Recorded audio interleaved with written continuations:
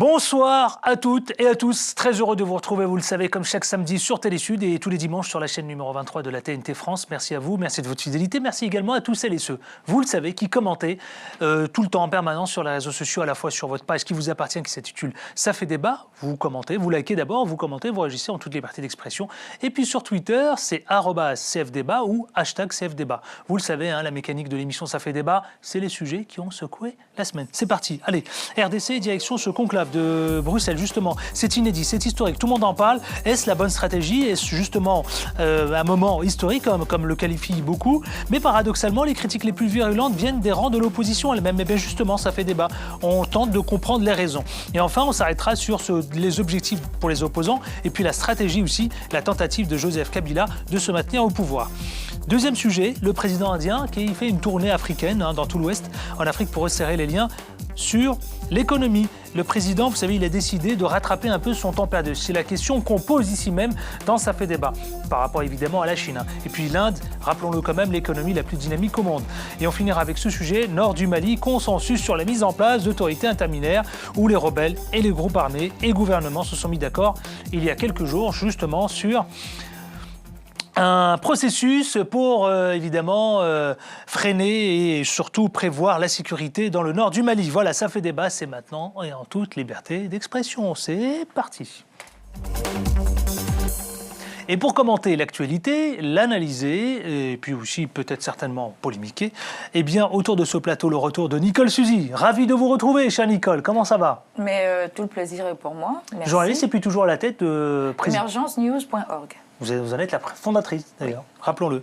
Un écrivain avec nous, il s'appelle Jean-Claude Dombard, on va montrer d'ailleurs son premier ouvrage. C'est votre premier? C'est mon premier, merci. Exactement. Il s'intitule « Naufragé de la dictature de Mobutu à Kabila ». Ouais, naufragé, on est tous des naufragés. Oui. C'est un sujet qui m'a beaucoup plu. Je voulais revenir juste au problème des femmes. Parce que la femme africaine mérite beaucoup mieux, et en particulier au Congo. Et sa liberté est très bafouée. Sa liberté est bafouée, et bien justement, allez vous le procurer. Ça s'intitule donc, eh bien je le disais, Naufragé de la dictature de Mobutu à Kabila, aux éditions Les Impliqués. En face de vous, Ibouba, un peu énervé, non? Ça va? Oh, bon, ça va, très bien. Je garde le sourire quand même. Gardez le sourire, journaliste politique. Merci d'être avec nous.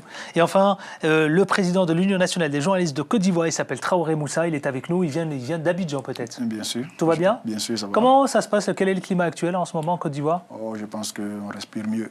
On respire mieux où? En France? Non, à Abidjan, bien sûr. Ah bon? On respire mieux depuis quoi? Depuis quelques temps, quand même. Depuis quelques temps. Ah oui, bien sûr. Bon, entendu, alors on va en parler justement ici même dans Ça fait débat. Merci madame, merci messieurs d'être avec nous. Et puis vous aussi qui nous regardez, vous pouvez commenter l'actualité sur les réseaux sociaux quand vous le souhaitez. Allez, direction RDC, ce fameux conclave de Bruxelles qui s'est tenu il y a quelques jours. On en parle, mais ce que je vous propose tout de suite, c'est de regarder ce reportage réalisé par Moïse Monkoro. Quelques absents, mais la grande partie des ténors de l'opposition congolaise sont là. Loin de Kinshasa, c'est Bruxelles qui a accueilli cette grande messe des opposants congolais. 2 jours de conclave qui auront accouché de cet accord. Les forces politiques et sociales acquises au changement ont décidé de mettre en place un mécanisme de suivi dénommé le Rassemblement. À la tête du Conseil des sages de ce nouveau mouvement de l'opposition, Étienne Tshisekedi. Et pour galvaniser ses troupes, l'ancien candidat à la présidentielle assure la victoire pour l'opposition congolaise est toute proche. Sachez que, quelles que soient les circonstances dans lesquelles le pays va vivre, nous sommes tout près de la victoire. Mais les opposants le savent, le chemin vers cette éventuelle victoire est encore long. Dans l'accord signé jeudi soir à Bruxelles, il réclame plusieurs choses. La libération de tous les prisonniers politiques en RDC, l'examen du fonctionnement de la commission électorale, de la Cour constitutionnelle, mais surtout le départ du président Joseph Kabila à la fin de son mandat le 20 décembre prochain. Nous saluons son départ du pouvoir le 20 décembre 2016. À Kinshasa, la réaction à cette nouvelle sortie de l'opposition n'a pas tardé. Le parti au pouvoir accuse les opposants de vouloir préparer un coup d'État qui ne dit pas son nom.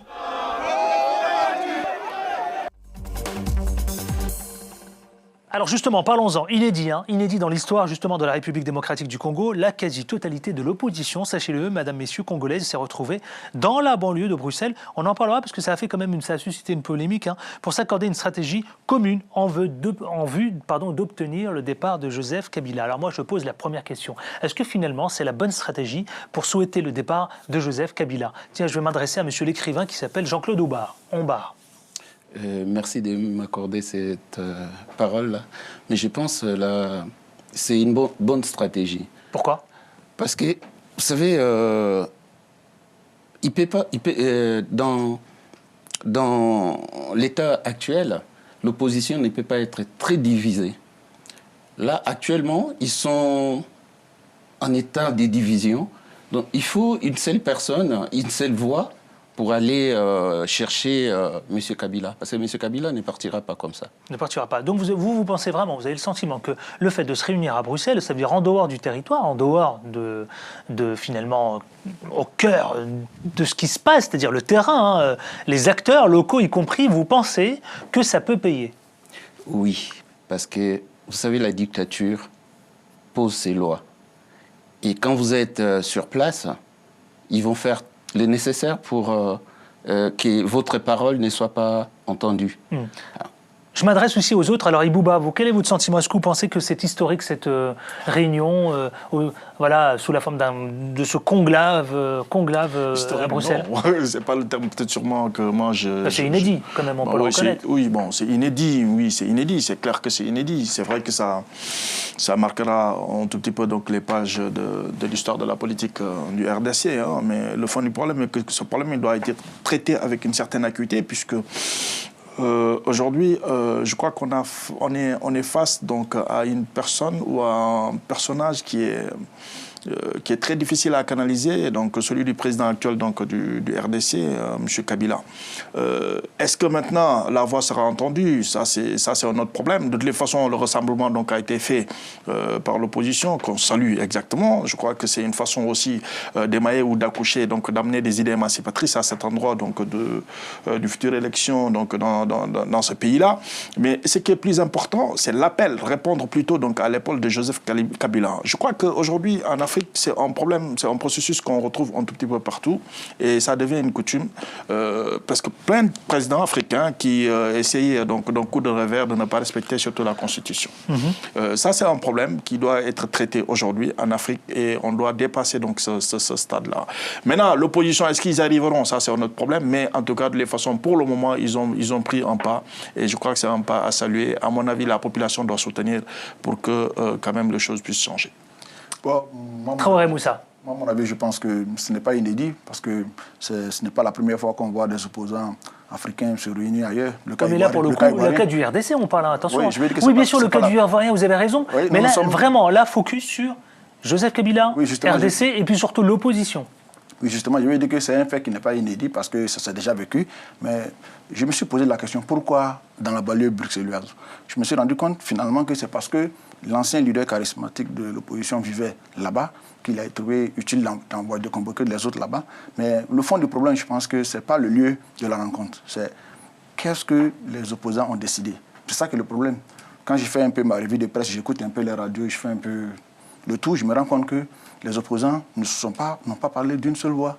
Et ça, c'est dangereux parce que je me suis rendu compte qu'il y a l'un des leaders de l'opposition, en l'occurrence Vital Kamerhe, qui a protesté un peu, qui a fait sortir des sons discordants. Et je pense que pour faire partie un leader, un ancien président comme Kabila qui est là depuis plusieurs années, ce n'est pas en allant en rang dispersé que les opposants obtiendront gain de cause. Et pour cela, je les invite à mieux réfléchir, à mieux peaufiner les stratégies. Nicole Suzy, oui, quel est votre sentiment? Oui, j'ai un peu peur parce qu'en allant en rang dispersé, le problème en Afrique, c'est quoi? C'est que tout le monde veut être président. Quand il y a déjà un grain de sable dans la machine comme Vital Kamerhe, ça craint. Et l'autre problème que je voulais souligner, c'est est-ce que l'âge de M. Tshisekedi ne va pas poser problème? Est-ce que les autres, la coalition de l'opposition voudra qu'il soit à la tête de cette opposition-là pour représenter l'opposition à l'élection présidentielle face à Kabila? Mais on n'en est pas encore là. Est-ce que Kabila va y arriver? Est-ce qu'il va se laisser faire? Est-ce qu'on ne va pas être face à un chaos comme la dernière fois, des tueries, les gens qui vont descendre dans la rue pour vouloir l'évincer de là? Parce que tout à l'heure, Tshisekedi disait on va aller à la victoire. Mais en face, on a quand même quelqu'un qui a les talons solides, qui ne voudra pas se laisser faire. Ça va nous mener à quoi? Il y a toute une question, il y a tout un chapelet de questions à se poser. Je rappelle, vous pouvez prendre la parole quand vous voulez, hein, si vous voulez réagir, sans aucun. Alors c'est vrai que vous l'avez dit, Nicole Suzy notamment, vous dites que c'est vrai que paradoxalement, vous faites bien de le souligner, hein, Traoré Moussa, les critiques les plus virulentes viennent des rangs de l'opposition elle-même. Alors, je m'explique. Plus précisément, une de ces franges minoritaires qui craignent d'être marginalisées, vous venez tous de citer Vital Kamerhe, qui est le président de l'Union pour la nation congolaise, donc c'est ce qu'on appelle l'UNC, c'est ce qu'on a observé dans le sujet de reportage, est particulièrement pointé du doigt. Pour quelle raison? Vous voulez prendre la parole? Oui, je vais prendre la parole. Oui. Je pense qu'il craint ce qu'on appelle une union absorption. C'est-à-dire? Une union absorption, c'est-à-dire que se fondre dans le groupe et perdre le leadership. Je pense que c'est de cela qu'il a peur. Sinon, fondamentalement, je ne vois pas de raison. En tout cas, je ne trouve pas justifier ces critiques. Je ne vois pas justifier ces critiques parce qu'il faut dire qu'il était l'opposant qui émergeait. Aujourd'hui, il y a de nouvelles forces comme le président de tout-puissant Mazambé, Moïse Katumbi, de nouvelles forces de l'opposition qui arrivent. Je pense qu'il a eu peur et c'est ce qu'il faut expliquer. Je pense qu'il a peur de ce que j'appelle l'union absorption. Se mettre ensemble et disparaître dans le lot, je crois qu'il a peur de cela. Il a peur de cela. Et c'est légitime. Jean-Claude Ombard. Oui, je pense c'est vrai, il a peur. Parce que, vous savez, Katumbi pèse beaucoup. Bon, je pense qu'il est absent à cette réunion-là, mais sa force est très, très importante. Alors, l'opposition, même s'ils vont en conclave et tout, mais sans Katumbi, je pense qu'ils ne feront pas vraiment un front exact. Moi, je pense qu'il faut les appeler tous à se réunir parce que ça, c'est une bonne occasion. Mobutu était parti comme ça. Et cette occasion-là, si l'opposition ne saisit pas, on ira à la catastrophe. Parce qu'en face, Kabila est bien préparé. Malgré son dialogue, ce qui n'aura pas lieu, et il a tout essayé, et ça ne marche pas. Je pense que l'opposition, c'est le moment de saisir et de voir avec Katumbi qu'est-ce qu'ils peuvent faire. Alors, est-ce qu'on peut considérer aujourd'hui qu'avec ces arrêts de poursuite judiciaire contre les membres de l'opposition, libération de l'espace médiatique, des prisonniers politiques, mise en place un véritable organe de coordination des actions à mener sur le terrain, est-ce que tout ça, vous pensez que c'est une chose qui peut faire avancer en tout cas tout le débat? Si c'est respecté, bien sûr. Allez-y, Bouba. Si c'est respecté, bien sûr, pourquoi pas. C'est qu'il faudra dire dans Non, mais c'est important, là, ce que je viens de vous dire. Vous savez, c'est quand même... Là, pour le coup, c'est inédit. Non, tout à fait. Je peux comprendre ce que vous me dites. Exactement, vous avez parfaitement raison, d'ailleurs. Mais le fond du problème est que moi, je crois qu'il y a des institutions internationales aussi qui sont là, qui ont fait mainmise, en quelque sorte. Donc, pas en ce moment-là, mais il fut des temps donc, dans ce génie politique du RDC. Nous savons très bien que donc il y a eu l'ONU qui a pu intervenir ici, il fut des années, pour essayer quand même d'émailler un tout petit peu donc, dans le bon sens, afin que la population et que son président puisse quand même trouver une solution adéquate afin que donc il y ait une bonne règne dans ce pays-là. Mais quand les choses n'avancent pas, je crois que ce n'est pas la force aussi qui va régler les choses. Donc maintenant, ce que moi je peux voir dans cette situation, c'est soit l'opposition, elle s'unifie, comme vous l'avez dit tantôt, effectivement, autour d'une seule voix. Nous savons qu'il y a une force motrice dans cette opposition que vous venez de nommer tout à l'heure, Katumba, je crois bien. Katumba, excusez-moi. Donc Katumba, je crois bien que c'est un monsieur quand même, on ne peut rien faire aujourd'hui donc au Congo RDC sans ce dernier-là dans l'opposition. Et ça, c'est clair. Maintenant, qu'est-ce qu'il faudra faire après ce Katumba-là Katumbi, pardon, excusez-moi. Il va y arriver. Voilà, je vais arriver, Katumbi, excusez-moi, d'écorcher son pourtant, c'est vraiment une figure emblématique. Une figure emblématique, Katumbi, effectivement. Donc, qu'est-ce qu'il faudra faire? Maintenant, s'ils vont pour répondre donc, à l'appel du président Kabila, je crois qu'à partir de cette tour si tout est réuni, effectivement, la sécurité donc, de ces opposants-là, parce qu'il y a beaucoup de prisonniers politiques, ça craint. Donc, les gens, c'est sûr que donc il y a des gens qui sont là depuis je ne sais pas combien de temps, qui ne peuvent pas aller aujourd'hui au Congo RDC, ça pose un problème. Mais si tous ces gens gens-là, si tout est mis en œuvre afin que la sécurité de l'opposition quand même est garantie par les institutions internationales, pour ne pas avoir le chaos qu'on a pu voir, cette scène vraiment inédite qu'on a pu voir ailleurs, donc, mais aussi au Congo RDC. Allez. Je crois que... Tâchons d'avancer. Moussa Traoré, est-ce qu'il faut un dialogue avec Joseph Kabila? Je pense que c'est inévitable. Le dialogue, c'est ce qu'on disait, l'arme de fort. Depuis en tout cas, c'est ce qu'on nous a enseigné. Le dialogue, c'est l'arme de fort. On va beau aller en conflit, mais finalement, on finira par s'asseoir autour d'une table pour que les choses rentrent dans l'ordre. Donc, mieux vaut commencer par le dialogue. Mais je voulais juste ajouter que les conclusions du conclave de Bruxelles, quand on fait un feedback, on se rend compte que ce sont des décisions de la résolution 2277 des Nations Unies qui demandait le lancement du processus électoral et la libération des prisonniers politiques et la libération de l'espace audiovisuel. Je pense que ce sont des choses, l'opposition n'a fait que réclamer ce qui est recommandé par les Nations Unies. Est-ce que cela sera respecté? On ne sait pas. Mais maintenant, par rapport à la réunion de Bruxelles, je pense que Katumbi, avant d'être évacué sanitairement en Afrique du Sud et pour des soins de santé, avait déjà annoncé les couleurs, parce qu'il voulait être candidat à l'élection présidentielle. Oui, c'est également le souhait de M. Tshisekedi et de Vital Kamerhe. Alors, en allant en rang dispersé de cette façon, qui voudra laisser l'autre en avant? C'est un problème de leadership. Tout le monde veut être président de la République. Katumbi va-t-il se retirer et céder sa place à l'aîné qui est Tshisekedi? La question reste posée. Mais je ne pense pas que Katumbi, après avoir mené le combat qu'il mène et qu'il continue à mener, voudra, comme l'a dit MT, se fondre dans la masse. C'est-à-dire que laisser place à Tshisekedi. Donc il faut une certaine solidarité.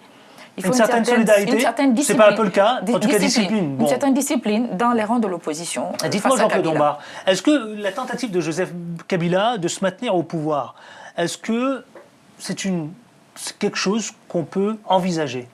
Vous savez, tous les présidents africains, ils essayent tous de se maintenir au pouvoir. Mais ils ne regardent pas leur bilan. L'Afrique n'avancera pas si à chaque fois, on n'arrive pas à regarder les bilans de chacun.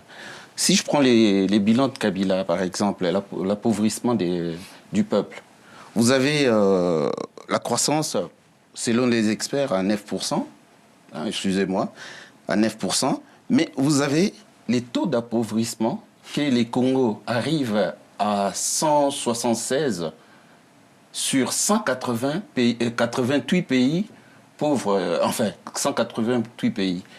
Vous savez, déjà, ce peuple, en 72, si je m'abuse, c'était... Enfin, j'ai les taux de pauvreté, excusez-moi des livres, un petit peu mes notes. J'ai des taux de pauvreté qui étaient en 71% en 2005. Et en 2012, ce taux de pauvreté est descendu à 63%. Donc, des 71 à 63%. Donc vous êtes en train de nous dire que de toute façon, il va falloir s'appuyer sur le bilan évidemment passé, le bilan présidentiel. Surtout le bilan économique. Et puis économique, puisque là, il nous fait état, évidemment, on le comprend bien, d'un certain nombre de choses qui nous donne un peu une idée de la croissance économique. C'est ce qu'on voit un tout petit peu partout en Afrique aujourd'hui. Les taux de croissance qui sont un tout petit peu élevés et que la population n'en bénéficie pas. Donc c'est pas justement au Congo RDC. Ça pose un gros problème parce que aujourd'hui les Africains ils ont besoin quand même donc de vivre aisément quoi en fait. Donc voilà. Mais dire maintenant quand le taux de croissance est élevé, nous le voyons un tout petit peu partout aujourd'hui en Afrique. Et d'ailleurs ce taux que vous trouvez en Afrique, vous le trouvez même pas dans certains pays européens. Mais malheureusement la population est en train de souffrir de gauche à droite et les gens n'ont même pas quoi manger. C'est ridicule, hein? Un pays comme les Congo, qui a 1100 métaux précieux, 1100 métaux précieux qui est répertorié par les experts, et vous avez la rivière congolaise qui est immense et qui inonde tous les Congos, mais en face de cette rivière, la pauvre maman n'arrive pas à manger. La pauvre maman achète son poisson qui vient de l'Europe. Et pourtant, les fleuves Congo a beaucoup de poissons. Mais monsieur, je voudrais juste revenir un tout petit peu sur ce phénomène-là qui est là. Je crois que ce n'est pas trop le sujet, mais on va essayer quand même d'en parler un tout petit peu, puisque là, il faudra quand même mettre l'accent là-dessus. C'est un problème.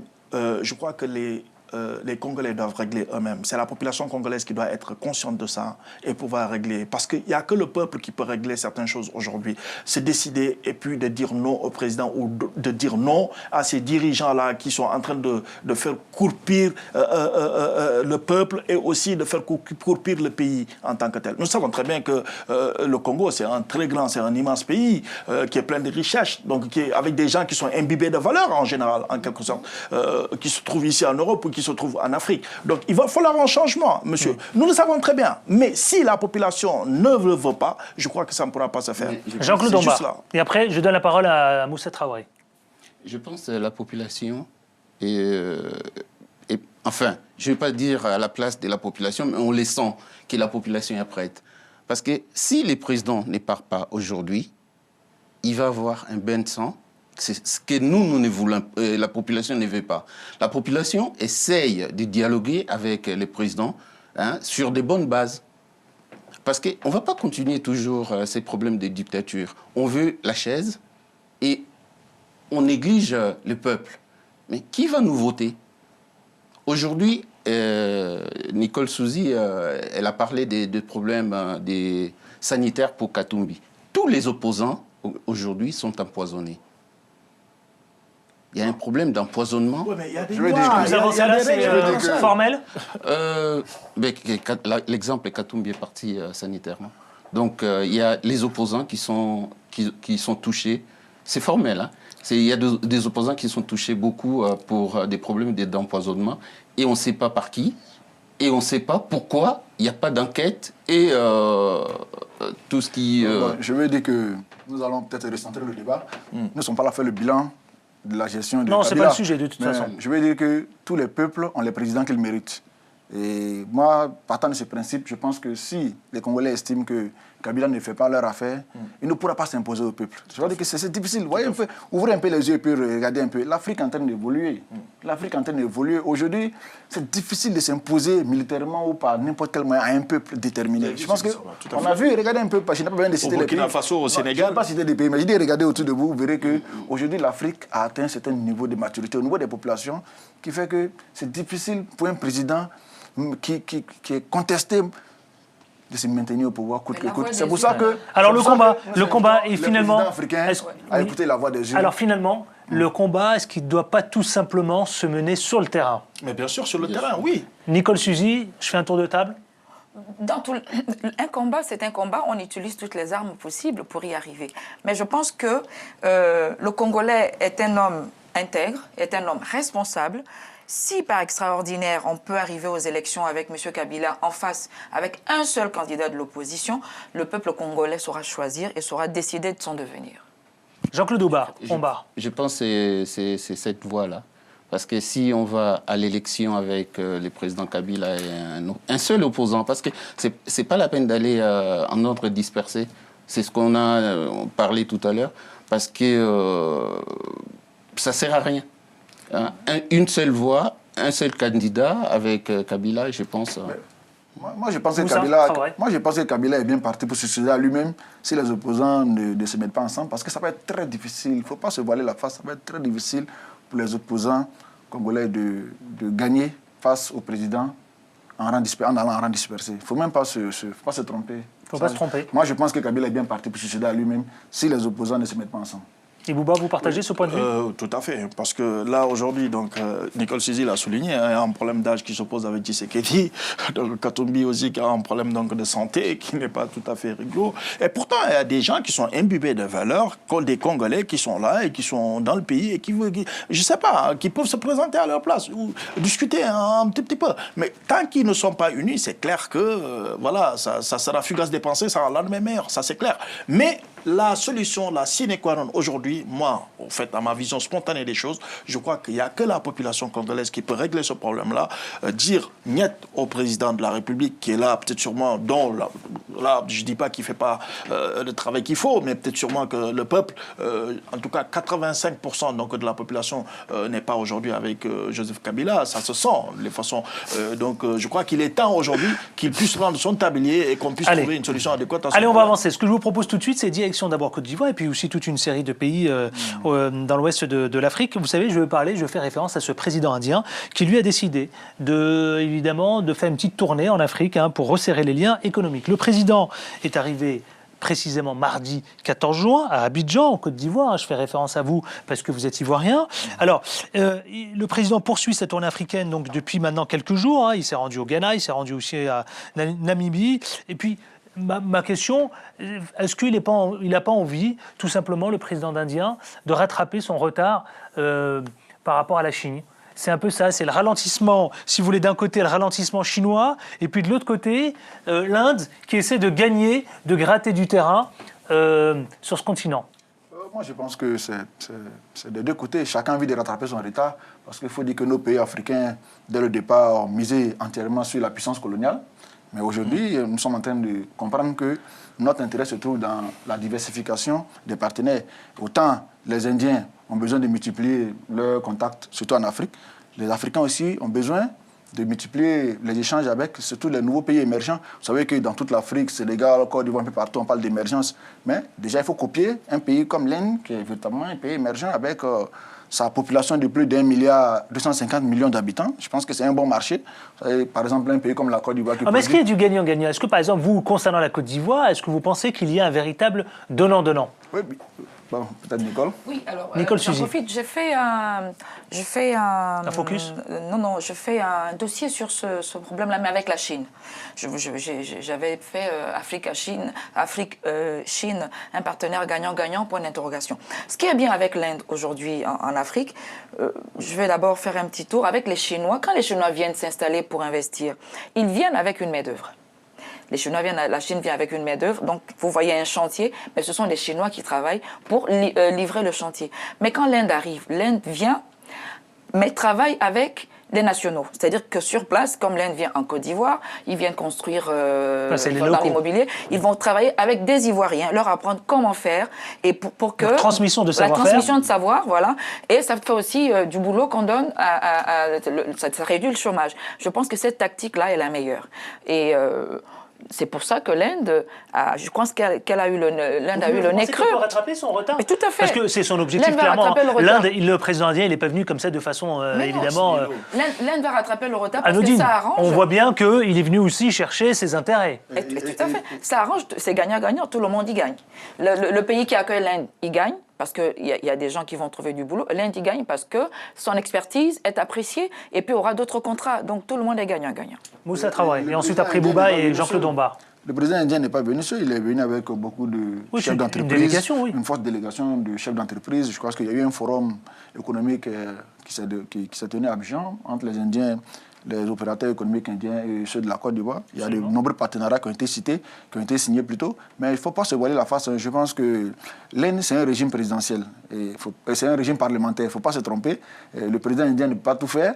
Il ne peut pas tout décider. Il ne peut pas tout décider. Mais il représente son pays. Il représente son pays. Et donc, c'est déjà un bon point qui va permettre aux différents partenaires d'avoir des relations, d'avoir des contacts. Et c'est un bon début, je pense. Mais attendez, c'est intéressant ce que vous nous dites là. Pourquoi vous dites que, en gros, vous êtes en train de nous laisser entendre que le président indien ne peut pas décider seul? Oui, il ne peut pas décider seul, puisque je dis que la nature du régime, c'est un régime parlementaire.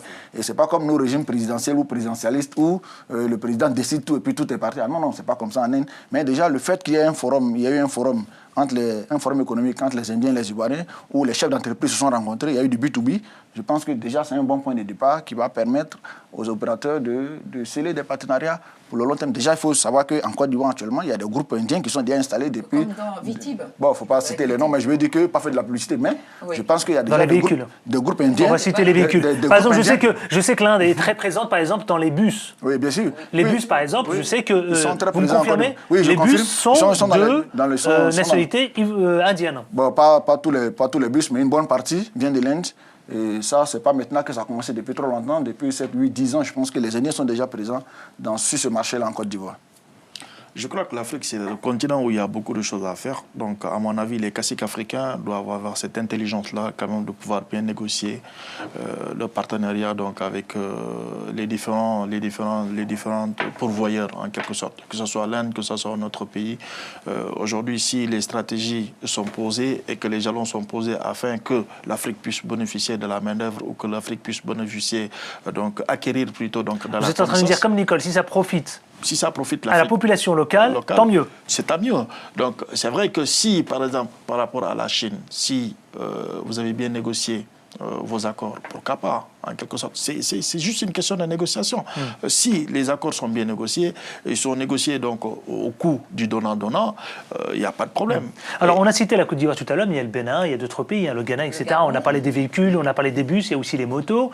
Bref, il y a toute une série comme ça de marques qui sont déjà installées sur place en Afrique centrale et l'ouest de... Absolument, l'Afrique subsaharienne plus globalement.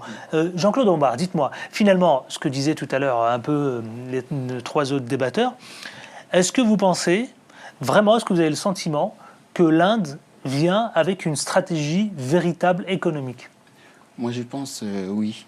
Et l'Afrique doit saisir cette opportunité. Parce qu'on ne va pas toujours dépendre de l'Occident, donc l'Europe et tout. Et aujourd'hui, on voit... Il y a plusieurs partenaires, pardonnez-moi, mais il y a plusieurs partenaires. Il y a l'Europe, il y a la France, enfin en tête, il y a aussi les Russes, il y a, comment dirais-je, la Chine maintenant, il y a aussi également, alors l'Inde depuis peu, au sein même de l'Afrique, vous avez aussi l'Afrique du Nord, qui elle-même était un véritable partenaire. Il y a le Maroc qui par a exemple. fait cette démarche-là. Hein, moi, j'apprécie.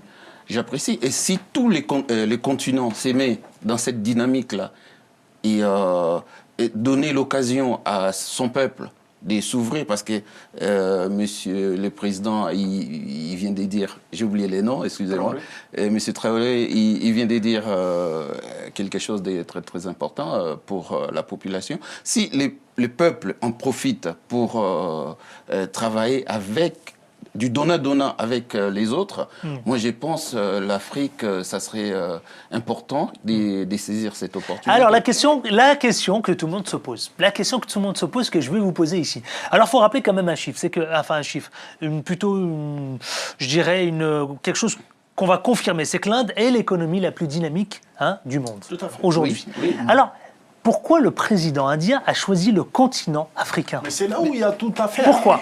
D'abord, c'est là où il y a tout à faire en Afrique. Mais ce problème-là, ça doit éveiller les consciences en Afrique.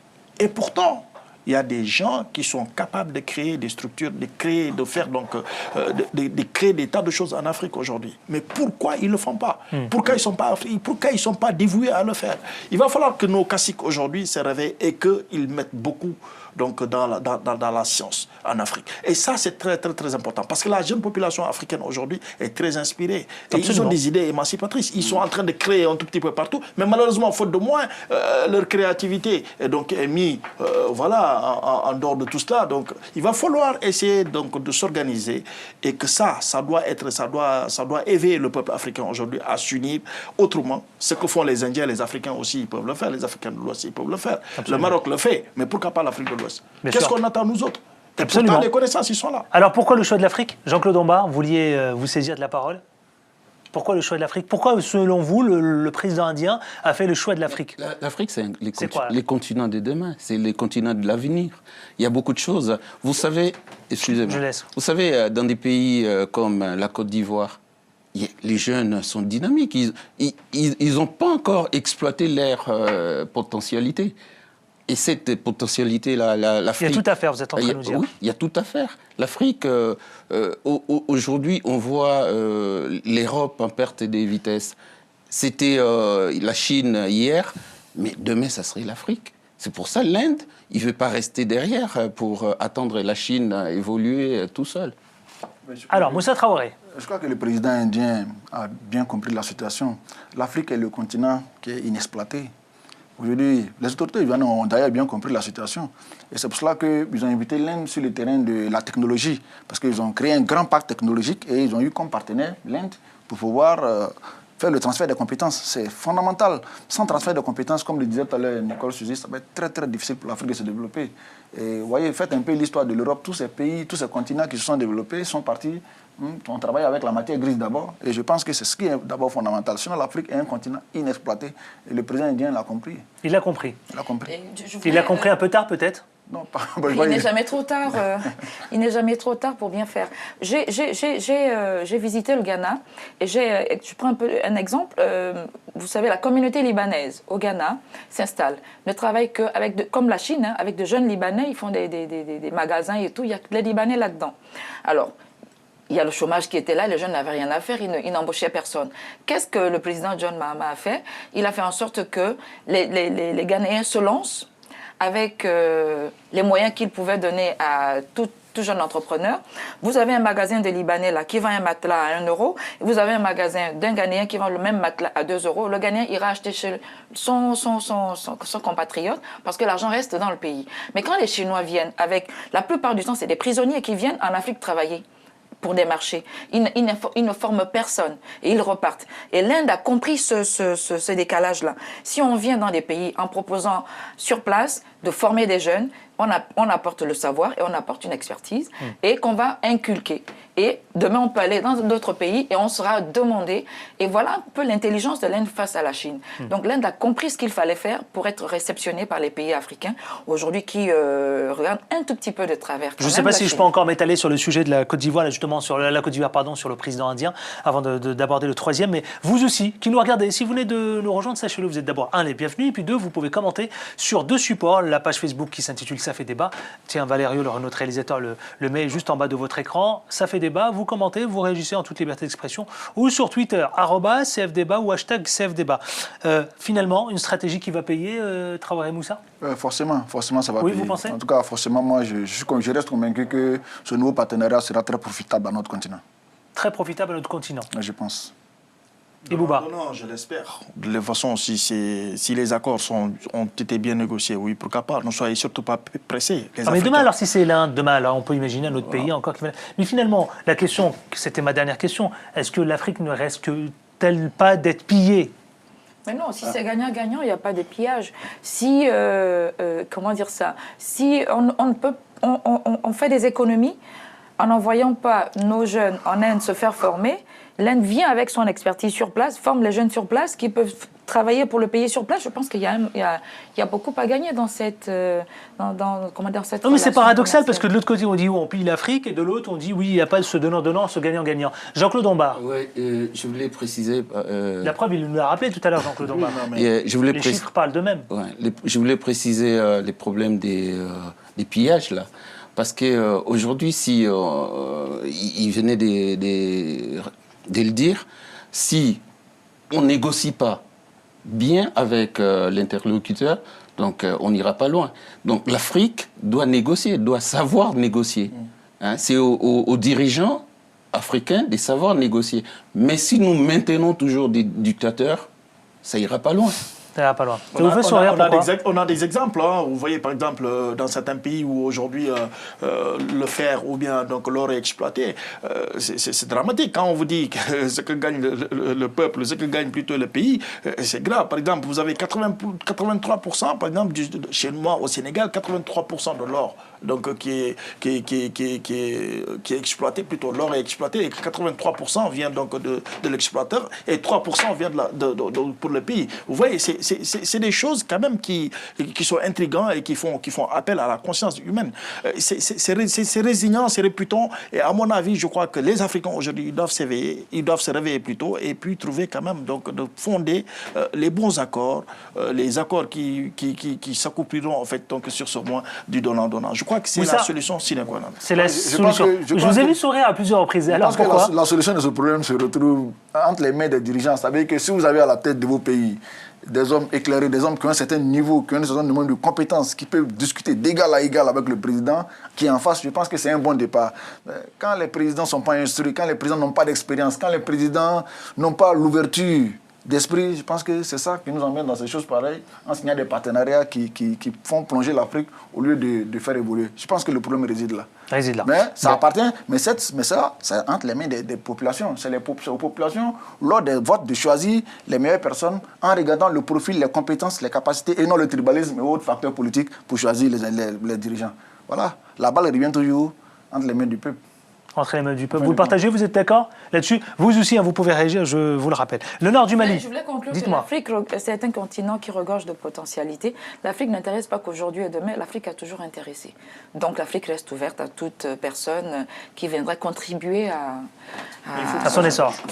Voilà. Allez, direction le nord du Mali. Ce que je vous propose tout de suite, c'est, vous savez, c'est ce consensus sur la mise en place d'autorités intérimaires. Alors, les rebelles, les groupes armés, gouvernements se sont mis d'accord, messieurs, madame, il y a quelques jours, sur la mise en place d'autorités intérimaires qui devront administrer les régions. Alors c'est vrai c'est technique quand même. Hein. Alors, revenir dans le processus, est-ce que c'est un peu ça l'idée de départ? Qui veut prendre la parole? Messieurs? Revenir dans le processus de départ, je ne crois pas. Donc, de toute façon, ces négociations ont toujours eu lieu au nord du Mali. Maintenant, il va falloir trouver quand même une solution. C'est un peu ça quand même, ça nous rappelle quand même ces processus de départ, cette énième réunion avec les rebelles, le gouvernement. On dirait que voilà, ils sont revenus. Pourquoi maintenant? Pourquoi ils ont décidé de le faire maintenant? Parce que de toute façon, une guerre aujourd'hui, c'est pas la force qui peut régler les choses. Il va falloir qu'on se mette à table et puis essayer de trouver une solution adéquate, c'est-à-dire négocier. Seule la négociation pour nous faire parvenir à la paix aujourd'hui. C'est juste ça. Hein. On essaye toujours quand même de s'unir autour d'une table. Je crois qu'il n'y a que ça. Traoré, Moussa? Je pense que quand j'ai suivi cette signature d'accord, je me suis réjoui de cela parce que je me dis que la guerre ne résout jamais les problèmes. Allez, on va se battre, mais à un moment donné, on sera obligé de s'asseoir pour discuter. Et regardez le processus de sortie de crise dans presque tous les pays, y compris le mien. Nous sommes passés par beaucoup de phases. C'est un problème de confiance. Lorsque la confiance s'établit, ça permet de débloquer la situation. Nous, d'abord, il a fallu installer en Côte d'Ivoire une zone, ce qu'on appelle une zone de confiance, entre les rebelles et la partie gouvernementale, avant d'arriver. Aujourd'hui, si les rebelles au Mali et la partie gouvernementale se mettent d'accord pour signer des accords en vue d'administrer les zones du Nord, c'est déjà un bon premier pas qui va permettre de lancer le processus qui, à terme, va aboutir à des élections pour pouvoir mettre en place des... Mais c'est vrai qu'on se pose la question, pour quelle raison maintenant? Pourquoi elle intervient maintenant? Parce que tout le monde est fatigué. Tout le monde est fatigué, tout le monde voit ce qui se passe au nord du Mali. Chacun sait ce qui se passe là-bas. On est fatigué, les rebelles sont fatigués, le gouvernement est fatigué, tout le monde est fatigué, chacun veut la paix. Mais comment? C'est ça le problème. Mais à côté de cela, il y a le problème des djihadistes qui gênent un peu les gens. Mais à la vérité, les populations sont fatiguées et elles aspirent à la paix. Et donc cette signature d'accord est saluée par les populations. Donc, vous partagez ça, Nicole Suzy? Oui, mais pourvu qu'on aille jusqu'au bout, parce qu'il y a toujours des choses imprévisibles qui arrivent dans ce genre de tractation. Par exemple, tout dernièrement, le président malien était au Sénégal et le président ATT a voulu le rencontrer pour essayer d'en discuter. Mais poliment, il a écarté en disant qu'il avait beaucoup de rendez-vous. Mais si même s'il est en exil, mais s'il a un mot à dire, peut-être quelque chose qui peut apporter à l'unité du pays, il aurait quand même pu l'écouter. Bon, il n'a pas voulu le recevoir, c'est de son droit. Peut-être qu'il a des raisons bien précises pour cela. Mais aujourd'hui, le Mali est à un stade où toute tractation qui aboutirait à la paix des cœurs d'abord, ça doit se passer d'abord dans les cœurs des Maliens. C'est pas quelqu'un qui viendra hors du Mali pour venir dire aux Maliens voilà comment il faut s'entendre. Ça doit se passer d'abord dans le cœur des Maliens de vouloir faire la paix et de vouloir s'entendre. Et puis après, la communauté internationale va venir à son secours pour entériner. Et puis, vous savez quoi? Cette nomination, ce président qui sera provisoirement le chef de l'exécutif local, est-ce une bonne idée? Jean-Claude Lombard. Finalement, un chef dans un chef, et puis là, on vient nommer un président de l'exécutif local. De parler à une seule voix, donc c'est ce qui revient toujours. Hein, c'est pas... On en a marre des conflits en Afrique. Parce qu'aujourd'hui, on parle que des conflits. L'Afrique ne va pas évoluer. Là, on régresse du jour au lendemain. Moi, je pense la meilleure chose, c'est... Prenons ce qu'ils ont fait là. S'ils veulent vraiment la paix, c'est salué par tout le monde. Mais pourquoi toujours des conflits en Afrique? C'est ça le problème qu'il faut voir. Parce que moi, on dit toujours, oui, il y a l'Occident, enfin, on revient toujours au problème des colonisations pour l'économie africaine. Mais l'économie ne va pas progresser si on a tant de conflits comme ça. Oui, mais là, précisément sur cette nomination-là, sur ce président, est-ce que vous pensez que c'est une bonne chose ou vous considérez que, voilà, de toute façon, c'est le processus et c'est comme ça qu'il a été décidé. Il faut que ce n'est pas un président, en fait, c'est un dirigeant de région, de plusieurs régions. Intérimaire.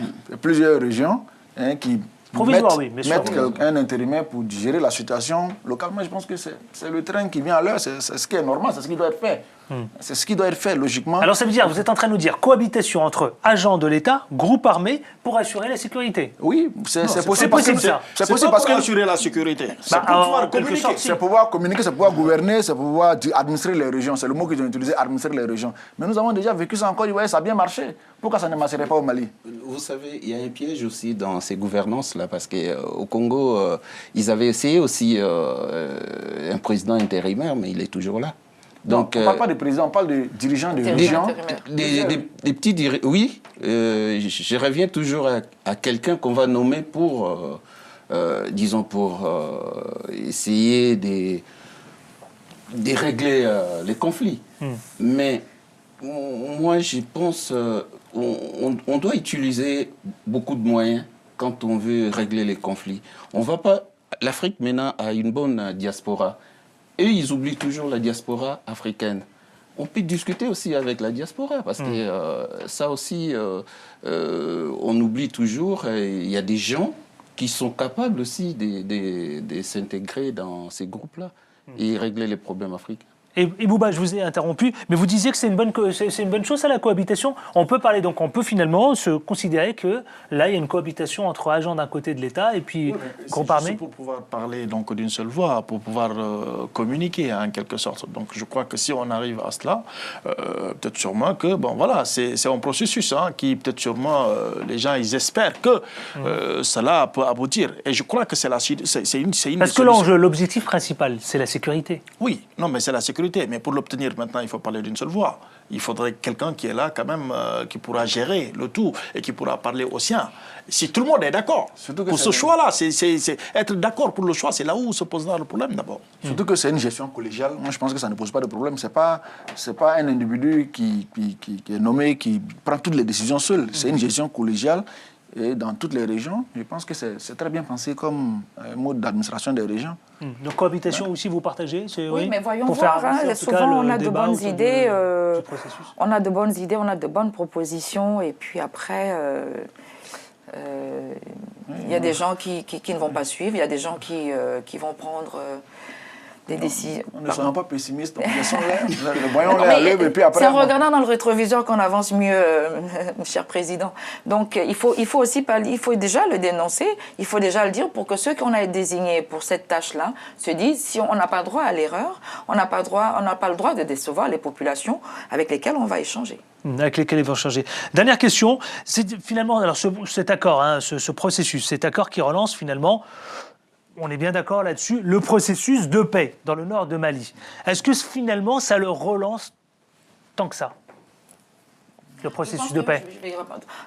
On en a besoin. C'est compliqué quand même quand on connaît la géostratégie du nord de l'Afrique. Bah oui, on en a besoin.